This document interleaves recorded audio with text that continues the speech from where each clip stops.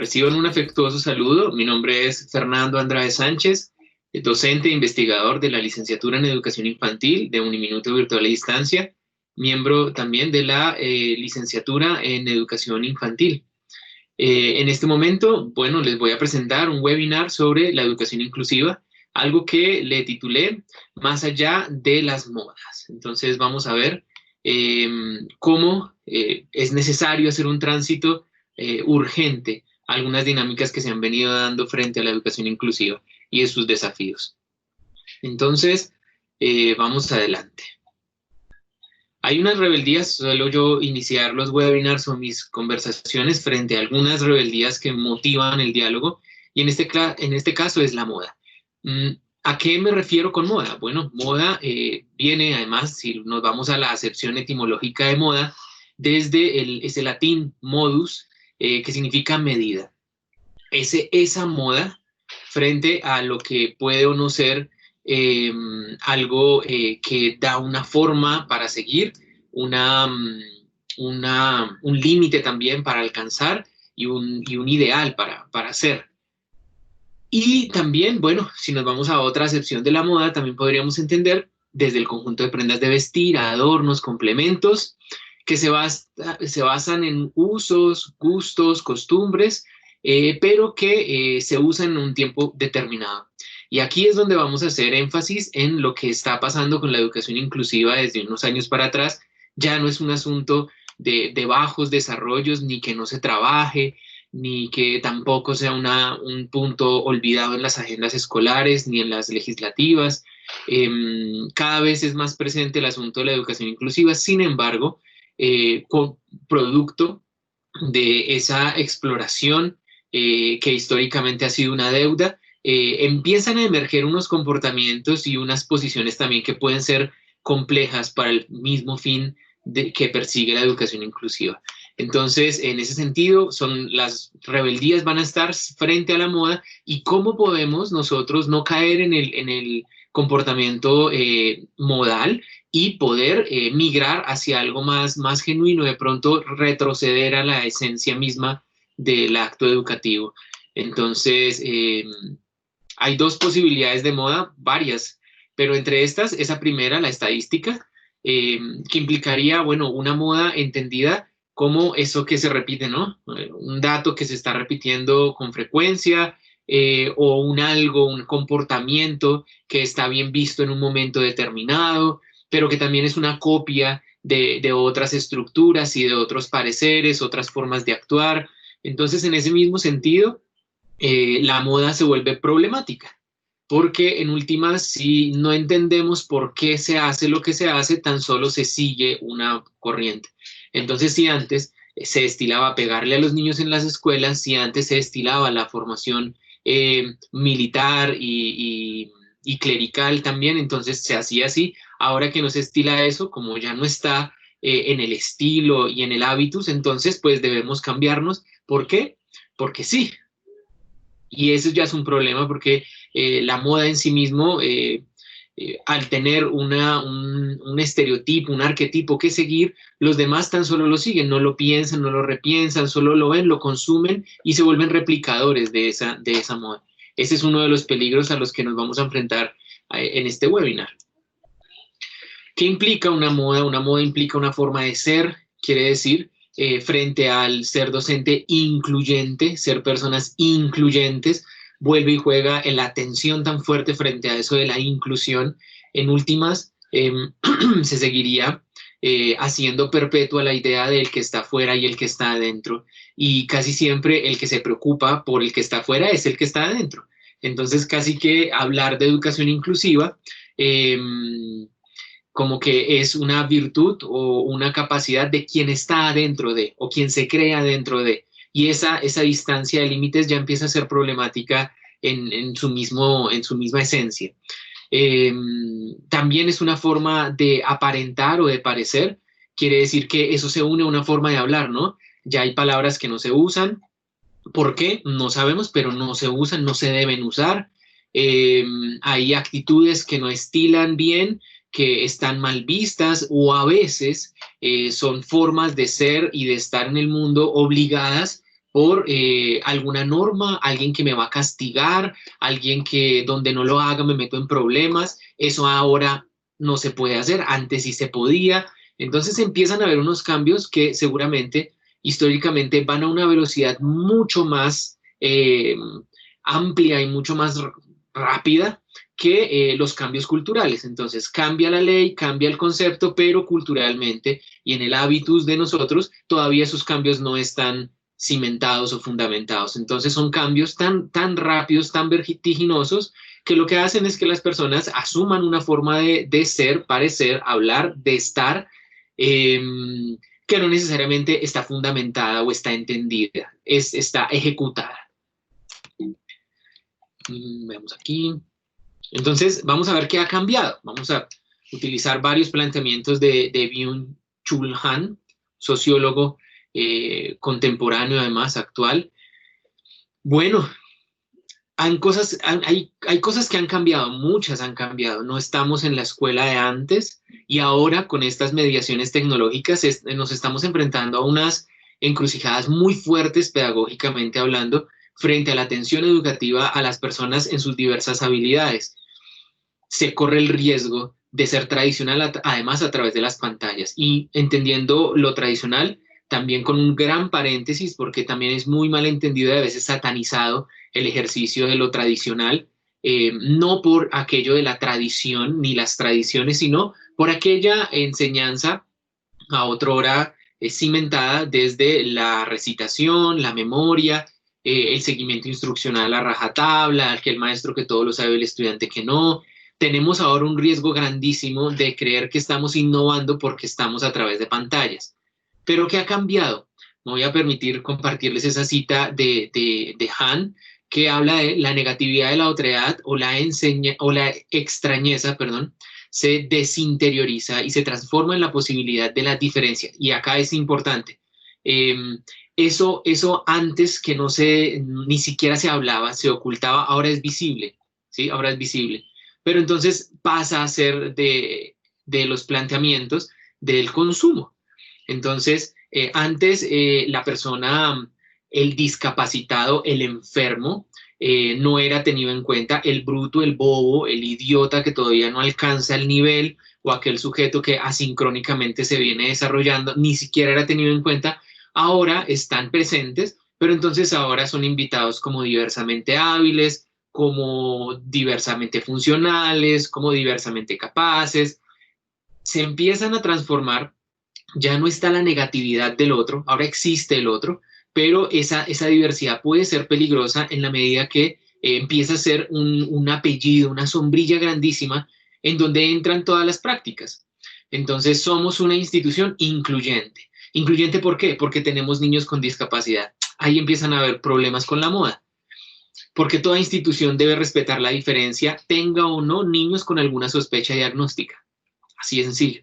Todas las instituciones deberían tener en sus principios fundamentales acoger a la diversidad de formas de ser, de estar, de actuar, de pensar, de relacionarse.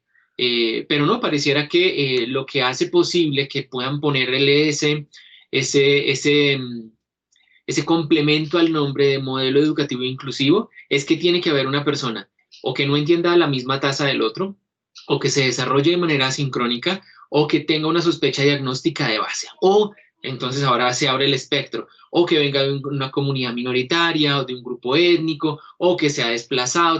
Quiere decir, ese asunto de la diversidad empieza a ser un asunto también de facilitar otros consumos, otros mercados, otras maneras de vender una idea adecuada. Hay instituciones que estoy conociendo ahora que antes no conocía, que dicen que tienen atención a todas las formas de ser y todas las formas de estar, pero les preguntan si atienden a una persona con síndrome de Down o con autismo y dicen no. Entonces, ese todos tiene excepciones. Y antes lo negaban, ahora no se niega. Ahora están en el marco de unas ofertas que podría peligrosamente estar prometiendo cosas que en verdad no cumplen. Esta sociedad que es capaz de hacer eso que están viendo ustedes ahí, de ver a alguien ahogándose y primero grabarlo, es la misma sociedad y la misma escuela que es capaz de hacer eso.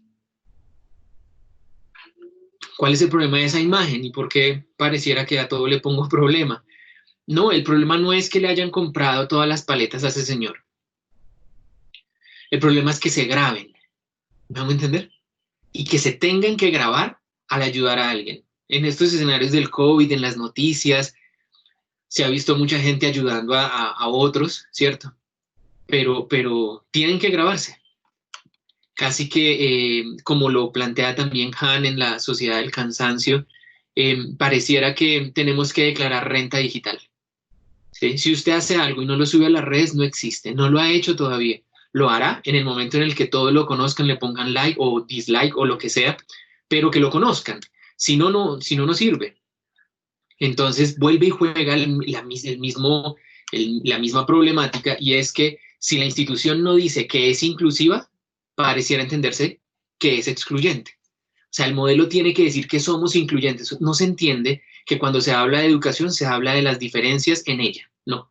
Tiene que ponerse aún esos sobrenombres tan fuertes. Y eso ya genera un problema porque empieza a ver lo que algunos jóvenes y muchachos decían cuando yo era profesor de bachillerato, el farandulero, la farándula, ¿sí? Tiene que mostrar, si usted no muestra, no existe. Es esto mismo. Entonces ya no negamos que hayan pobres, no, ahora existen, y necesito que existan porque me validan a mí cuando yo ayudo a alguien y me tengo que grabar y tengo que mostrar el agradecimiento del Señor y eso conmueve a otros y pareciera que no basta con ayudar, no, ayude, registre, publique, ¿sí? Y esas son las modas. Entonces ahora las escuelas y los maestros también se prestan y muestran un montón de formas adecuadas de hacer las cosas, pero no lo hacen en verdad, algunos, no todos, no lo hacen por el otro, lo hacen por ellos, ¿sí? Entonces muestran, pero es que si no mostramos no damos a conocer, hay formas de mostrar, ¿sí? Hay formas de divulgar lo que se hace, hay formas también en academia, formas muy adecuadas de hacerlo, pero hay otras que rayan en ese consumo irracional de la diversidad. La sociedad que es capaz de eh, grabar a alguien mientras se ahoga o grabar a alguien mientras le pegan es la misma que también graba cuando ayuda, que se graba y se vanagloria cuando hace las cosas bien. Pareciera que hay que agradecerle a la escuela cuando no es excluyente. Y ahí hay un problema de base. La escuela no tiene por qué ser excluyente. La educación no tendría por qué excluir a nadie. Entonces parece que el que no excluye se le agradece, el que no excluye se le felicita. Y de base es un ilógico, ¿sí? No tendría por qué existir esa misma lógica de mostrar que yo no excluyo. No, si es educación usted no tendría por qué excluir. ¿Qué otras cosas han cambiado? Bueno, sé que producto de estas luchas históricas de reconocimiento, visibilización, han habido históricamente grupos humanos y colectivos, también individualidades, que se han quedado por fuera de las agendas, de los estados, de la agenda de la escuela, de la agenda de desarrollo de la sociedad. Muchas personas en escenarios de subalternidad, pero también de opresión total, y empiezan a buscar formas de hacerse visible, de hacerse presente, tanto en política como en epistemología, de la epistemología de los pueblos, la manera como se construye la cotidianidad, y eso se entiende. El asunto es cuál, que se entiende que no somos iguales, completamente iguales, somos muy diferentes unos a otros, pero hay brechas que hacen más grandes las diferencias y que ponen el discurso en un punto peligroso. Entonces ahora yo no puedo saludar buenos días a todos. Tengo que saludar buenos días a todos y todas. Como si se entendiera que al ser hombre, por ejemplo, solo saludo a los hombres. Como si se entendiera que al yo relacionarme con alguien, no lo puedo relacionar en el plural que permite la lengua, sino que ya se entiende que yo estoy excluyendo a alguien de mi discurso. Entonces, esa misma tendencia, como lo ven allí, del lenguaje inclusivo muy fuerte, por ejemplo, en países como Argentina, sin embargo, también me sorprendió a mí bastante cuando pude estar allí y hablaba yo del lenguaje inclusivo y no es una corriente compartida por el país, también es peligroso decir, en Argentina utilizan el lenguaje inclusivo, no. Algunas partes y específicamente en algunos lugares muy focalizados, hay personas que le apuestan a las niñas, a todes y demás asuntos de estos. Ahora se dice, por ejemplo, los, las, les, y no sé cómo se pronuncia una arroba. Todo es todo y todo, no sé cómo se pronuncia la arroba. Entonces, padres, madres y sadres, no sé cómo se diga. Pero ahí está el asunto. O sea, creer que el lenguaje incluyente o inclusivo es ese, no otro. Ahí ya empiezan a haber un sinnúmero de problemas. Pensar que lo que incluye es la palabra. No estoy negando para nada el vínculo estrechísimo que hay entre pensamiento y lenguaje. No, no es una negación a ese vínculo humano, además, de relación con el otro y con todo lo cognoscente. No, el asunto es que la moda lleva a tal punto de irracionalidad que solo se sabe que debo cambiar una letra para ser incluyente. No, no, no. Usted debe cambiar la actitud, ¿sí? La actitud, la palabra puede ser cualquiera. Yo sigo pensando que el hombre que es capaz de pegarle a una mujer, que es capaz de maltratarla, eh, también ha cantado vallenatos de amor, también ha dedicado canciones, también ha hecho cartas de amor, seguramente. Y seguramente lo hará, lo seguirá haciendo, pero seguirá siendo maltratante. Entonces, la apuesta no está en qué letra le pongo al final, si una O, una A, una X o una arroba. Pero esa moda empieza a ser tan tremenda que uno pregunta, ¿y por qué usted dice todes? ¿O por qué dice niñes? ¿O les niñes? ¿De dónde? Y empiezan a buscar argumentos que lo que hacen es distanciarnos unos a otros.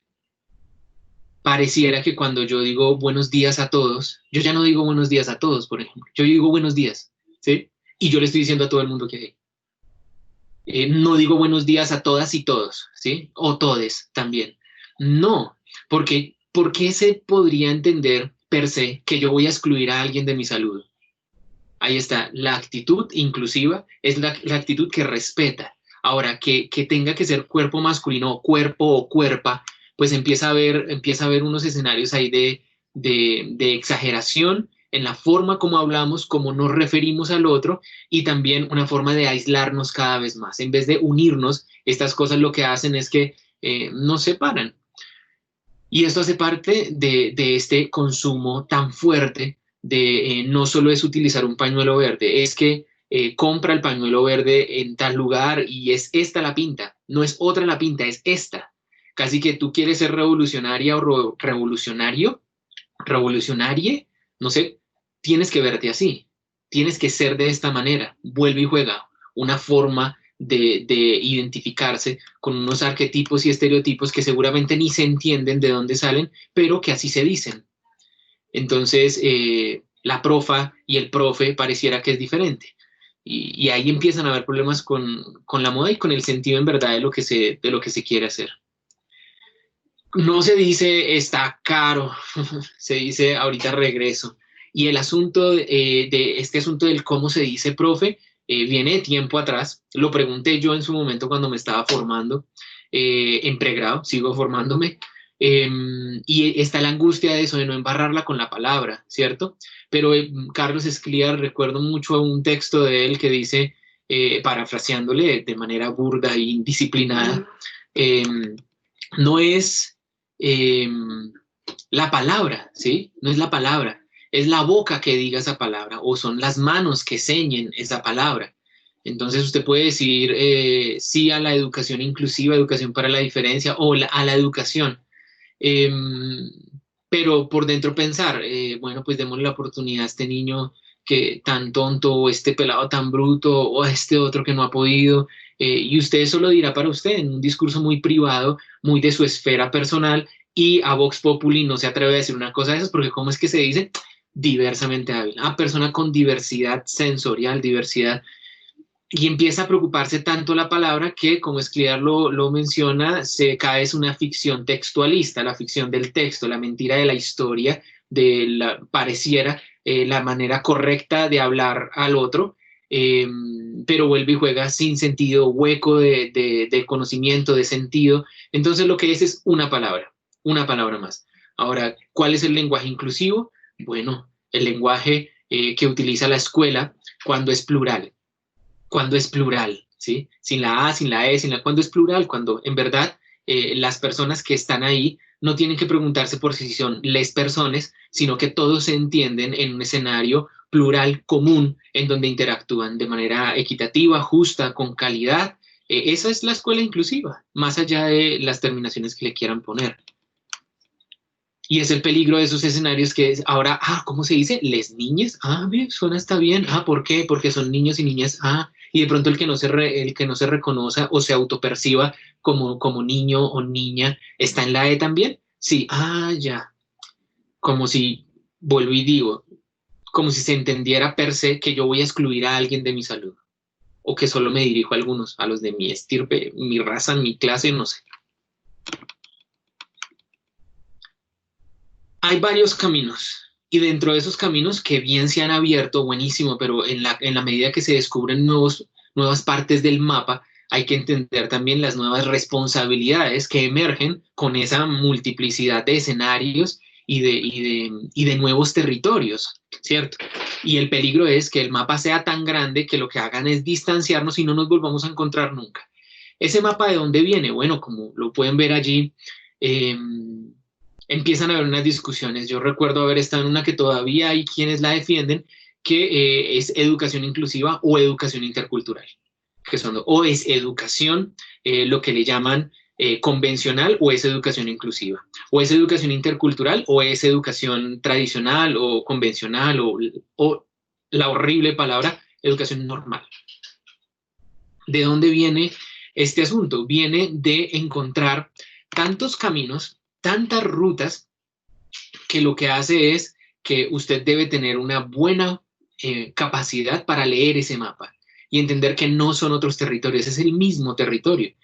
En Alicia en el País de las Maravillas tienen una forma muy bonita de decir, cuando esta mujer estaba perdida y no sabía para dónde ir, eh, y está angustiada porque no sabía hacia dónde dirigirse, pues quien la guía le dice, pues despreocúpese, tranquila, ¿qué problema tiene si usted no sabe para dónde va? Todas las rutas le sirven. Entonces, si usted no sabe para dónde va, coja cualquier bus, porque como usted no sabe para dónde va, seguramente se lo lleva para algún lugar. Ese es el peligro de esas aperturas de los nuevos territorios, que cuando solo se hacen por moda o por seguir la palabra correcta, empiezan a haber unas aperturas del mapa y se segmenta de tal manera que es peligroso. ¿Por qué? Porque si la educación no es inclusiva, no es intercultural, no tiene calidad, no es digna, no es justa, no busca la universalidad, la respuesta a la sincronía y a la asincronía, a la formación para la vida, a una escuela que no solo califique, sino que evalúe, que sea equitativa a las capacidades del otro. Si esa escuela no es ni inclusiva, ni intercultural, ni educación, ni nada, eso es un atropello.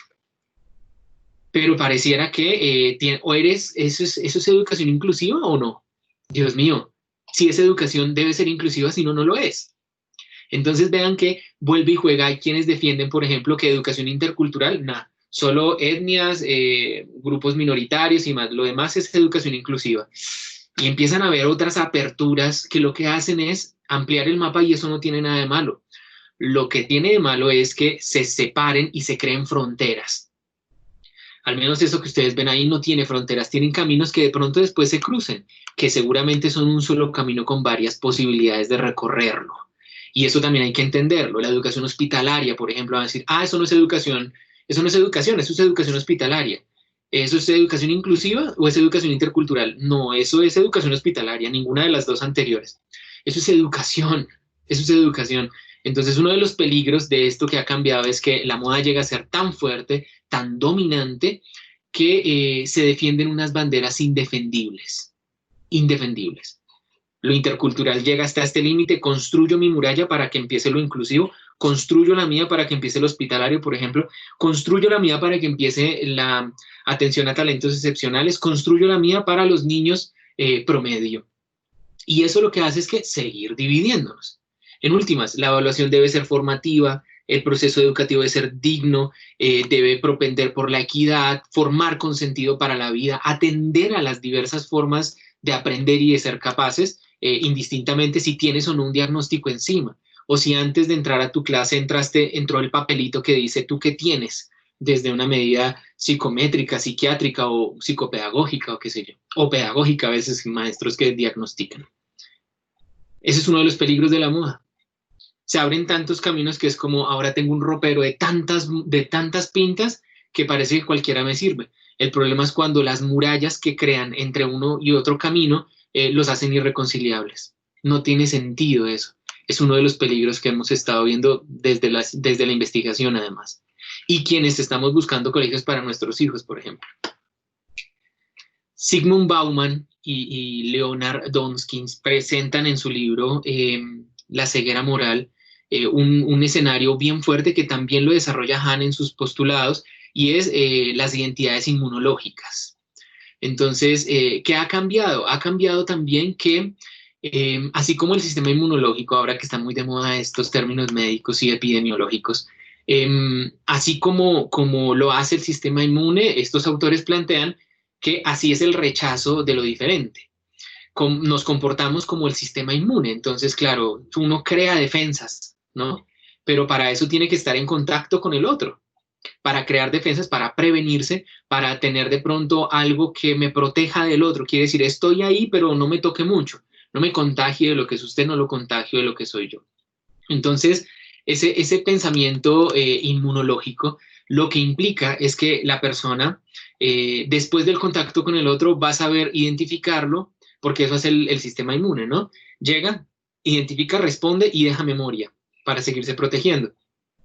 Eso pasa, por ejemplo, cuando en la escuela se marcan a las identidades diversas y lo que hacen a los niños de inclusión, los niños diversos, ¿sí? O los profes diversos, parece que, bueno, hay alguien que no lo sea, y si uno no es diverso parece que está en norma, y eso sería peligroso. No ser diverso ese sería de verdad un problema.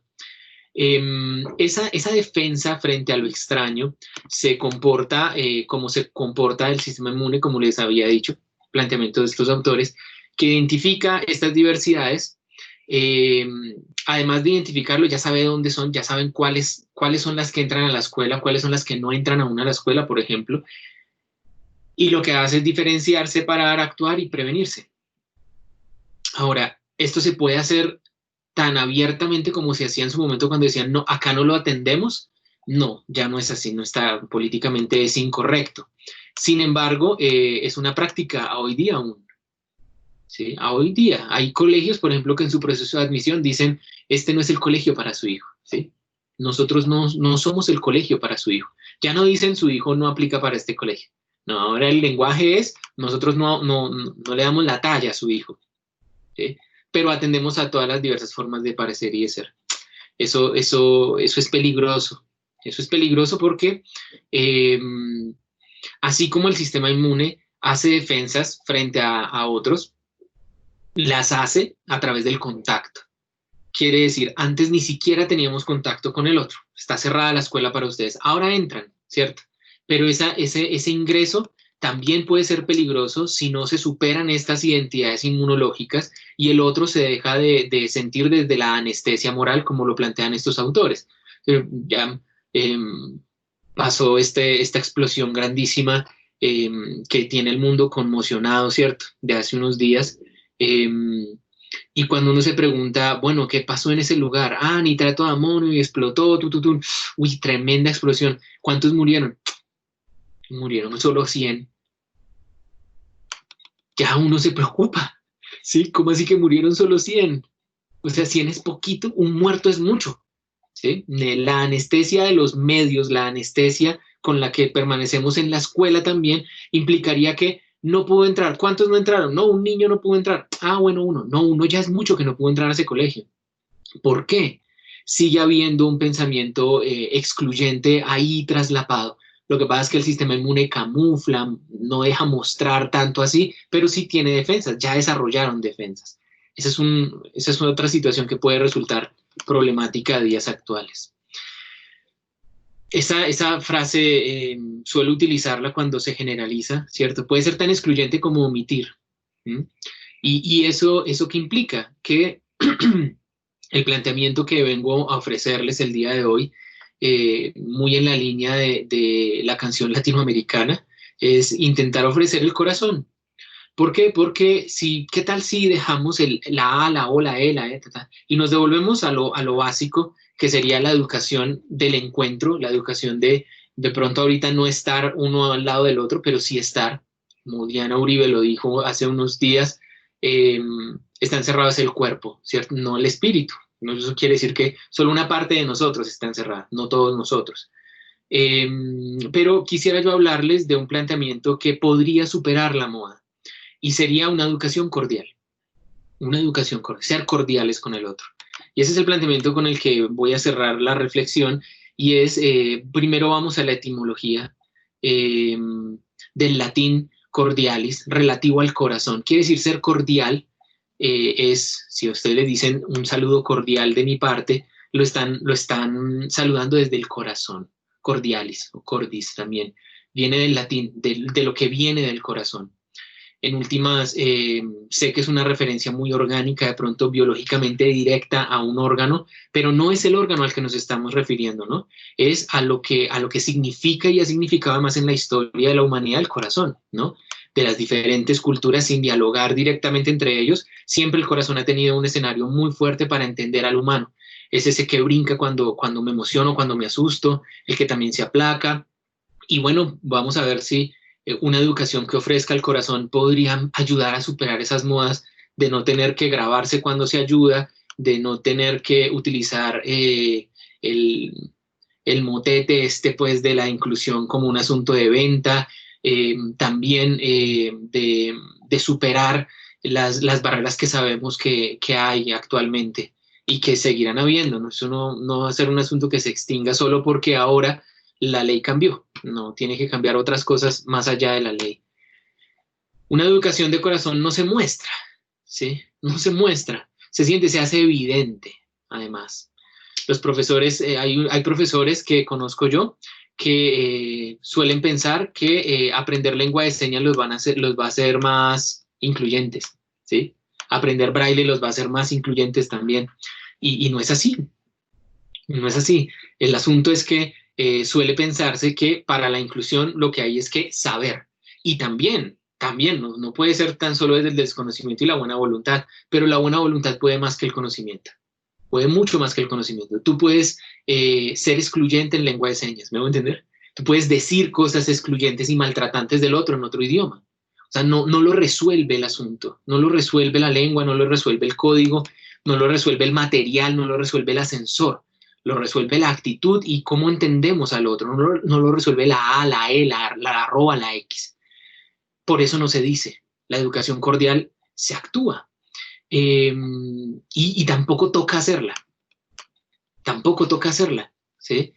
Porque cuando yo he escuchado también el comentario de, ahora eso no se puede, te metes en un problema tremendo y viene la tutela y viene el derecho de petición y ahí para adelante viene de todo, toca hacerlo, ahora sí, porque está obligado, ¿sí? Y somos sociedades tan leguleyas que cuando hay una ley como que celebramos, eh, pero de verdad, ¿y lo de fondo para cuándo? Entonces hay cadena perpetua, sí, claro, pero y si nos preocupamos además, bueno, déjela, pero además preocupémonos porque ese sujeto no llegue a ser ese monstruo, ese depredador, ese sujeto a castigar. No, pareciera que funcionamos más con la obligación. Entonces ahora los colegios sí que hablan de este tema, pero lo hablan después del decreto 1421, de la ley 1618, después que empieza a ser obligatorio. Y por eso hay que acudir es a lo cordial. De ahí que no se funda en el temor a la regla, en el temor a la multa, en el temor a que me cierren, en el temor a que no se funda allí. Se funda en el escenario de sincronizar. ¿Sincronizar qué? Los corazones y las voluntades. Mm, y un escenario como estos no podría tener la excusa de estar listo o no. Para un ejercicio cordial no podría uno decir no estoy listo todavía, ¿sí? Es como tener hijos, quienes tenemos la bendición de tener esta compañía transitoria y momentánea, pero la tenemos. Eh, Sabemos lo que significa y la mentira que es no estar listos aún para, ¿sí? Lo mismo que las instituciones educativas, si están esperando a tener los expertos o a contar únicamente con expertos para empezar a hacer. No es así. Sí hay asuntos que podrían ser de mejor manera ejecutados cuando hay un acompañamiento disciplinar y de pronto seguramente experto en la materia. Sin embargo, vuelve y juega. Usted no necesita de nada para utilizar la O, la A, la X, la arroba y ya. Necesita de mucho para entender que su labor, por ejemplo, como docente no es únicamente para los que pueden lograrlo. ¿Mm? Que la responsabilidad de la atención a la diversidad no es únicamente de aquellos que se forman para ellos, sino que es la responsabilidad de la educación y ni siquiera de la escuela, no únicamente de la escuela, porque los padres también suelen en algunas ocasiones lavarse las manos y dejarle toda la responsabilidad a los colegios. Y eso tampoco va a ser posible. El colegio sin la familia no va a poder ir nunca si no van de la mano, no van para ningún lado, para ningún lugar. Pero entonces el padre dice, pero es que yo no estoy listo, a mí eso no me lo enseñaron, los que deben saber es el colegio. Y el colegio dice, a mí no me lo han enseñado, yo no lo aprendí en la universidad, es el gobierno el que me... Y empieza a pasarse la pelota de uno a otro y de uno a otro y nadie encuentra la solución. Esta educación cordial no está en la excusa de estar listo. Y tampoco es súbdita de los laureles. Hay una canción que me gusta mucho, la versión de Silvio Rodríguez, pero originalmente es de Luis Eduardo Aute, que se las recomiendo, se llama Me va la vida en ello. Esa es una canción que me funda en muchos escenarios, en muchos momentos. Me ha dado tranquilidad también para entender, por ejemplo, cuando Colciencias no me reconoció y no existo todavía para el universo Colciencias, eh, pero yo soy y sigo siendo, ¿sí? Pero este escenario de la diversidad empieza como lo mismo que hace la moda, a estar de rodillas a los laureles, ¿sí? De rodillas a que me premien, a que me digan que sí, a publicar, a cuántos libros hago, a cuántos artículos hago, y pareciera que el más incluyente es el que más publica, o el colegio más inclusivo es el que más muestra, o el que más ayuda es el que más se graba. Ser súbdito de los laureles implica, por ejemplo, estar esperando el premio, el reconocimiento o el agradecimiento. No, la educación no se agradece, una educación de calidad no tiene por qué agradecerse. Un maestro que tenga en su haber y en sus herramientas la apertura a otras capacidades no es el maestro a premiar, ¿sí? No es el maestro a agradecerle usted tan buen maestro que es. No, porque es que eso es lo que se debe hacer. Sí, en últimas, no tendría por qué haber un reconocimiento por ser incluyente, ni tampoco abrazar la bandera de la inclusión y mostrarla, pues, porque aquí sí somos. No, de base todos tienen que serlo. Entonces, el estar como súbdito del premio y del reconocimiento y del laurel, lo que hace es que usted empieza en esa misma lógica de la producción a producir laureles en inclusión. Y viene otra vez el problema del comportamiento de moda.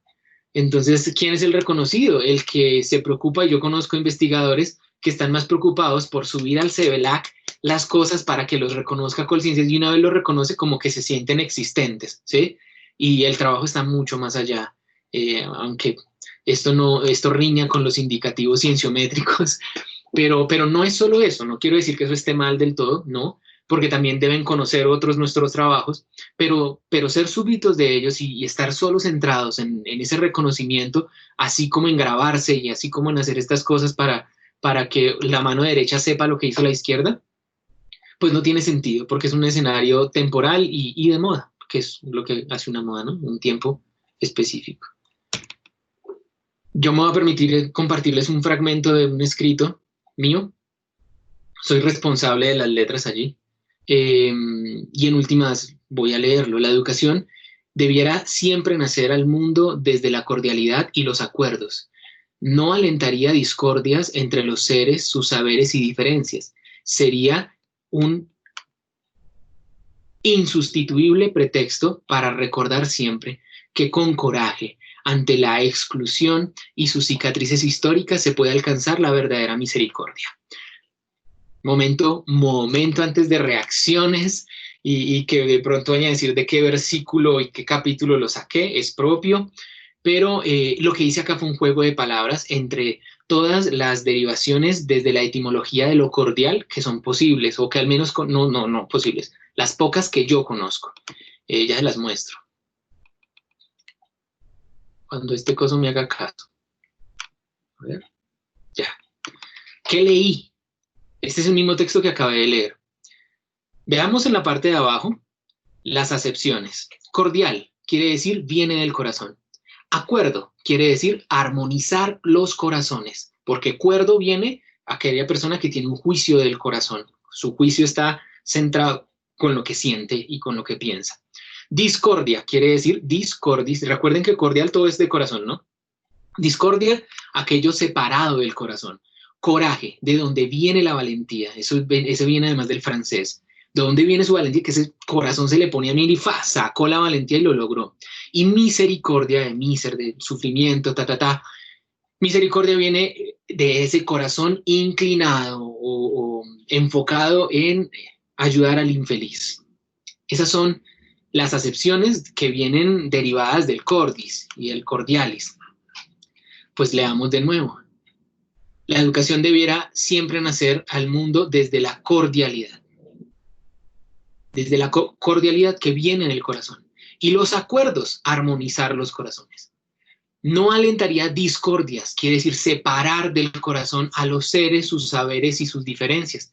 Sería un insustituible pretexto para recordar, volver al corazón. Recordar siempre que con coraje, es decir, donde viene la valentía para poder decir, no, eso no se hace así, lo siento mucho modelo, lo siento mucho estándar, lo siento mucho ideal, lo siento mucho, a veces parecían unas cosas de los les, más en la línea de la ideología que en verdad hay un discurso político, pero el coraje es necesario porque el que no es valiente no se opone, el que no es valiente nomás hace caso, y ya y si toca así, bueno, toca así. ¿Por qué? No sé, no me gusta, pero toca hacerlo así. Que con coraje ante la exclusión y sus cicatrices históricas se puede alcanzar la verdadera misericordia. Quiere decir, la educación debe también enfocarse en aquel sujeto que no es feliz en la educación y que históricamente no ha podido serlo, o creo que históricamente no lo han dejado, y se creyó el cuento y cree que él para la escuela no sirve, o que esta escuela no es para esos niños, ¿sí? O que estos maestros no son para ellos, o que no somos dignos de tu presencia, tú necesitas algo muy superior a nosotros, ¿sí? Búscalo, nosotros no nos vamos a modificar. Entonces hay mensajes allí muy, muy fuertes que creo yo que el postulado que les traigo en este webinar es dejarles una reflexión frente a lo cordial, ser cordiales con nosotros, con los otros también, pero por sobre todo buscar más allá de las palabras, más allá, porque ellas lo pueden todo. Vean nomás ese 1, 2, 3, 4, 5, 6 renglones tan bonito que hablan del corazón. Pero si en su corazón en verdad no hay espacio para esto, no lo va a encontrar ni en su espacio, ni en el espacio del corazón, ni en la cabeza, ni el alma, en ningún lugar. Vuelvo y juega, mi planteamiento es, para superar las modas hay que ir a lo básico. Hay que retornar a lo básico, y ese retorno a lo básico necesariamente es un retorno a la escuela con sentido y que forma para la vida. ¿A quiénes? A todos. Permítame la O en lo plural porque no estoy queriendo excluir a nadie, y tampoco tendría por qué ser entendido como un sujeto per se exclusor o excluyente de otras diferencias. Esa es la reflexión. Más allá de las modas, creo que más allá de las modas está lo cordial que podamos llegar a ser en nuestros actos educativos. Eso nos permitiría llegar al encuentro del otro sincronizando los corazones, o eso que le llaman acuerdos. Por eso el PIAR, por ejemplo, tiene un acuerdo para iniciar y actas de acuerdo y demás. A veces no entendemos que cuando hacemos un acuerdo lo que estamos es sincronizando la voluntad de la cordura de esos dos corazones. Es eso lo que les quería compartir. Muchas gracias por su atención, por su paciencia. Ahí intentamos a la distancia, sin tener los equipos de edición de antes, intentar ahí a lo criollo, pues poner el video y la presentación. Estoy presto a las preguntas que se puedan generar. Entonces, doctora Marisol Zipagauta, muchas gracias por la invitación, y si hay preguntas, entonces adelante con ellas. Muchas gracias y espero que se encuentren muy bien con sus familias, y si en algún momento nos podemos volver a encontrar, pues nos veremos. Muchas gracias.